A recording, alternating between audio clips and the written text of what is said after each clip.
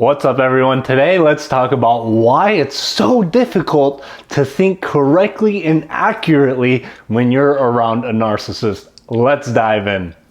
So first of all, before we get started with this video, I just want to say thank you guys we passed 100 subscribers. We shot up straight into the thousands, which means I promised you guys some giveaways, which means that I'm going to be doing a giveaway. If you bought a wristband, you're going to be especially lucky because there's a high chance you are going to win this. I'm going to be giving away first $100 for the 100 subscriber giveaway. And then once we get a few more subscribers lined up, I am going to be doing the $1,000 giveaway. How exciting. So get a free wristband. Link is in the description down below.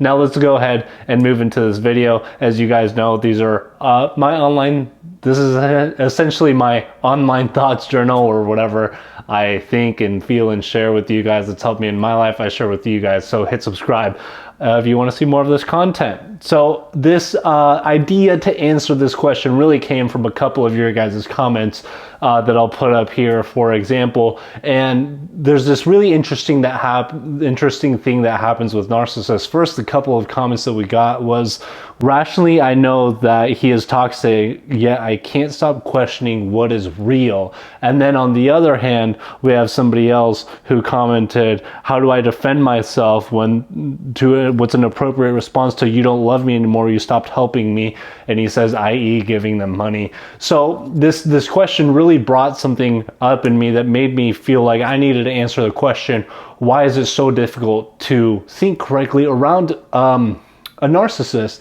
And that is what I call the reality distortion field. And I didn't come up with this term. In fact, it's a term that I heard that it's something that Steve Jobs and Elon Musk had. And essentially, the way that term is used around them, and I'm not saying they're narcissists whatsoever, I don't know them, but I wish I did. But these two people, they essentially, from what I've gathered, they really do see the best in people, and they push people to the max, and they have such a grand vision for the things that they want to accomplish and the things that they believe other people can accomplish, that, for example, when people are working for them, they've said that they get pushed to their limits, and they always feel like when they are talking to either Steve Jobs or Elon Musk, it makes them feel like so much more is possible that they previously thought they were capable of. And so essentially they feel like these people have distorted their reality to question whether or not their previous beliefs were accurate about a situation. And in my opinion, this is why these people have accomplished such incredible things in life. But this reality distortion field can also be used and manipulated by narcissists to your disadvantage. In fact, only to their advantage, because if they're manipulating you, they're going to, be, I guess you could say, winning, but really they're just using you, and that sucks. So we want to defend ourselves from this reality distortion field. And in order to defend ourselves from this reality distortion field, first, we must understand why we fall susceptible to this reality distortion field. And then next to that, we must understand what we can do what tactics they use, first of all, to get us to fall for them, that reality distortion field. And then finally, the third thing that we're going to be talking about is how to defend yourself from that field. So first of all, let's talk about why we as people fall susceptible to this reality distortion field. And really, in my opinion, this comes down simply to the fact that we have inside of ourselves, especially around a narcissist who is using you and manipulating you, after having gone through the love bombing stage with this person, where you feel like it is a almost spiritual connection with this person, it makes you feel, it taps into something of our psychology that is almost imaginary in a sense. It taps into that part of our psychology where fantasies and dreams and realities come from, that we have a hidden hope that we could have this one day. And so it's almost like, I don't want to even say like the Disneyland fantasy, where you see these incredible stories of like these people that come together in like perfect harmonious union, and what human doesn't want that? And these people purposely exploit that. because they know, or at least we feel inside of ourselves, that we have these dreams and visions for our life, and they tap into that, and that is why we fall susceptible to this situation. That's why there's the dreamers and the realists and the pessimists, and I guess realistically what this points to when we get to the final section is something that I'll be referring you to one of my other videos so that we can talk about how to defend ourselves. But it comes down to finding them tapping into this ideal fantasy that we have and using that really against you, and we don't want that. And the way that they do that, they have different tactics. I've listed 32 tactics that narcissists use to manipulate you. I've listed those up in my channel. You can go ahead and watch that video to understand what they're doing. But let's go ahead and dive into specifically how they affect the, and put into place the reality distortion field. And I would say the biggest thing that this came down to is that they almost always put you into a spot where you, having been, like the victim, you could say, now feel, because of their actions, their devaluing tactics, that you must defend your love for them, because they are so good at getting you to constantly put in effort that the tactics they use for you are the ones that get you to no longer be upset, but they will actually rather draw something out from you, so that now all of a sudden you are putting more energy into their reality distortion field, and they can use this through any particular means. For example, the example that we listed in one of the comments, he says, what is an appropriate response when they tell me, you don't love me because you're not helping me anymore? What this taps into is the psychology of the subconscious language that they are sending with that statement that they're sending you, is that you are somehow a bad person and you're not good because you are no longer helping them. So now they make you feel like you're selfish, you're a bad person, and you aren't good enough anymore or whatnot, because you are no longer under their control.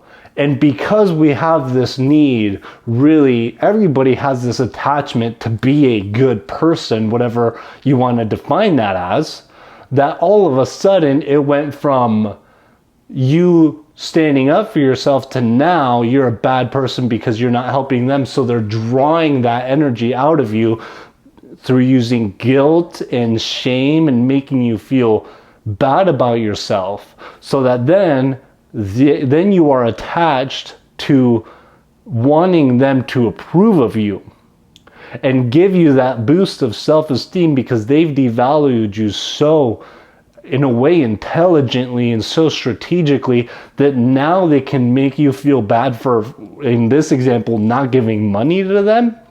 I mean, it's not their money to begin with, it's yours, but now you feel bad.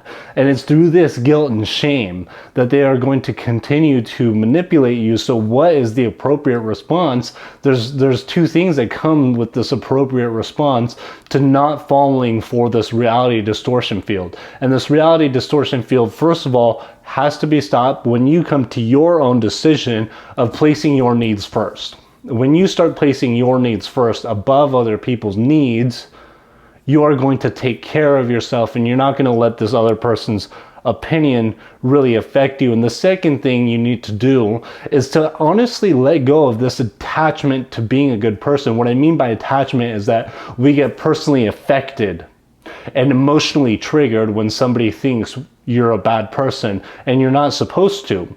You're supposed to live your truth of who you are, regardless of what the world thinks.